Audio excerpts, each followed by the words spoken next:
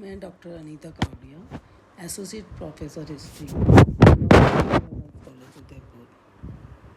आज हम तृतीय वर्ष कला के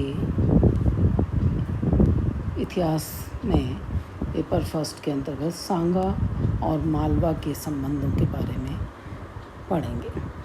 सांगा के नेतृत्व में मेवाड़ का उत्थान किस तरह से हुआ, उसी क्रम में हम आगे आज मालवा और सांगा के संबंध उनको देखेंगे। मालवा और सांगा के बीच संघर्ष के क्या कारण थे, यहाँ हमने कुछ बिंदुओं को दिया है और उसी के आधार पर हम इस पर चर्चा करेंगे। मालवा के साथ सांगा के संघर्ष के कारणों के बारे में ऐसा माना जाता है कि दोनों के बीच संघर्ष का कारण दिल्ली सल्तनत की पतनोन्मुख स्थिति महत्वपूर्ण रही थी। क्योंकि दिल्ली सल्तनत कमज़ोर नहीं होता तो ये अधीनस्थ शक्तियाँ इस तरह से आपस में लड़ती झगड़ती नहीं। तो दिल्ली सल्तनत का कमज़ोर होना उस समय, उसकी वजह से मालवा ने अपने आप को दिल्ली सल्तनत से मुक्त करा लिया था। और जब वहाँ कोई भी इस तरह का प्रभावशाली शासक बनता है तो वो अपनी सीमाओं का विस्तार करना चाहता है और सीमाओं के विस्तार में सबसे पहले पड़ोसी ही उसके संघर्ष का कारण बनता है। इसीलिए मालवा का मेवाड़ के साथ संघर्ष होना अवश्यंभावी था। तो दूसरा कारण था दोनों शासकों की विस्तारवादी नीति। दोनों ही शासक महत्वाकांक्षी थे और महत्वाकांक्षी होने के कारण जो कुछ मिला है वहाँ तक सीमित नहीं रहना चाहते थे, अपनी अपनी सीमाओं का विस्तार करना चाहते थे और इसलिए इन दोनों के बीच में संघर्ष होना भी निश्चित था। तीसरा है मेवाड़ का हिंदू धर्म के समर्थक होना और वहीं मालवा का सुल्तान का मुस्लिम धर्म का पोषक होना, ये भी एक महत्वपूर्ण कारण माना जाता था। दोनों ही अपने अपने धर्मों के समर्थक थे, अपने अपने धर्मों के पोषक थे और अपने धर्म की अनुयायी जनता का भी वो सहयोग करना चाहते थे। इसीलिए इनका संघर्ष निश्चित था।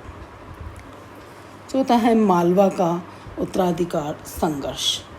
मालवा का उत्तराधिकार की समस्या, इसमें मेदिनी राय के वजह से ही महमूद खलजी मालवा का सुल्तान बना था और धीरे धीरे जो मेदिनी राय का प्रभुत्व बढ़ रहा था उससे महमूद खलजी वो भयभीत भी रहता था। बाद में उसी से डरकर उसने गुजरात जाकर सहायता प्राप्त करी और मेदिनी राय के विरुद्ध उसने अभियान कर दिया था।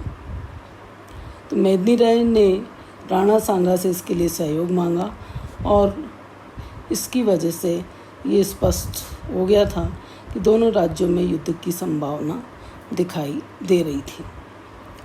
मेदिनी राय के मेवाड़ से सहायता लाने के पहले ही गुजरात की सेना ने मांडू के दुर्ग पर भयंकर आक्रमण कर दिया और मेदिनी राय के पुत्र और परिवार को भी मार दिया। राणा सांगा को बड़ा आघात पहुंचा कि यदि समय पर वो मेदिनी राय को सहायता दे पाते तो उनके परिवार का सर्वनाश नहीं होता और इसी वजह से महमूद खलजी को इस कार्य के लिए दंड देने के लिए उन्होंने निश्चय किया। तो मालवा का सुल्तान जहाँ में कट्टर धार्मिक और असहिष्णु प्रवृत्ति का दिखाई देता है, वह अपने राज्यों के हिंदुओं को परेशान करता था। पड़ोसी हिंदू राज्यों के क्षेत्रों में प्रवेश करके मंदिरों और मूर्तियों को भी तोड़ देता था। दूसरी तरफ राणा सांगा हिंदू धर्म और संस्कृति की रक्षा करना अपना कर्तव्य समझते थे। अतः हिंदू धर्म और संस्कृति को नष्ट करने वाले वे दोनों ही अपने अपने एक दूसरे को दुश्मन समझते थे। ऐसी स्थिति में दोनों के मध्य संघर्ष का कारण धार्मिक भी था।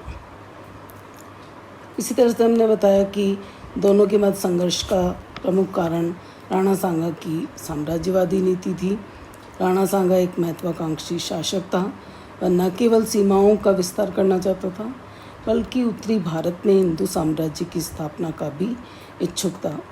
दूसरी तरफ हम देखते हैं कि महमूद खलजी उत्तरी भारत में अपनी सर्वोच्चता को स्थापित करना चाहता था।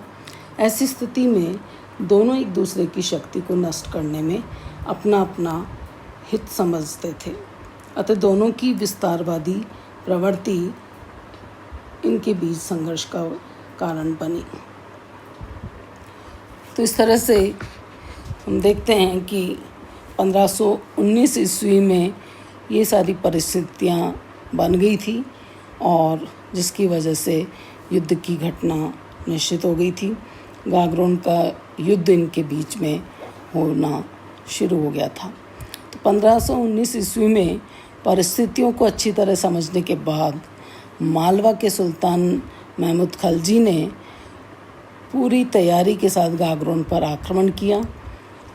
महमूद खलजी के अभियान की जानकारी मिलते ही सांगा ने भी मेदिनी राय की रक्षा हेतु सेना भेजी और इस वजह से युद्ध में मुसलमानों की पराजय हुई। महमूद खलजी बड़ी वीरता से लड़ा पर घायल हो गया और घायल होने के बाद उसको बंदी बनाकर चित्तौड़ के दुर्ग में ले आया था और 6 महीने तक महमूद खलजी को उसका वहाँ पर रखा था और बाद में उसके पुत्र शहजादे को जमानत के तौर पर रखकर महमूद खलजी को मुक्त किया था। तबक़ात अकबरी के लेखक निजामुद्दीन अहमद ने भी राणा सांगा के इस उदार व्यवहार की प्रशंसा भी की है। तो इस तरह से महमूद खलजी ने मेदिनी राय को जो दंड देने के लिए गागरोन पर चढ़ाई की थी, राणा सांगा ने 1519 में महमूद खलजी द्वितीय पर आक्रमण किया और उसको पराजित किया और बंदी बना लिया था। सांगा के समय गुजरात पर महमूद बेगड़ा का शासन था और ईडर के उत्तराधिकार को लेकर भी आगे हम देखेंगे कि गुजरात के साथ भी इनके संघर्ष हुए थे। तो इस प्रकार राणा सांगा और मालवा के बीच में संघर्ष का कारण हमने देखे और उसकी वजह से गागरोन का युद्ध इनके बीच में हुआ और इस युद्ध में इस युद्ध की वजह से सांगा का प्रभुत्व बढ़ा था।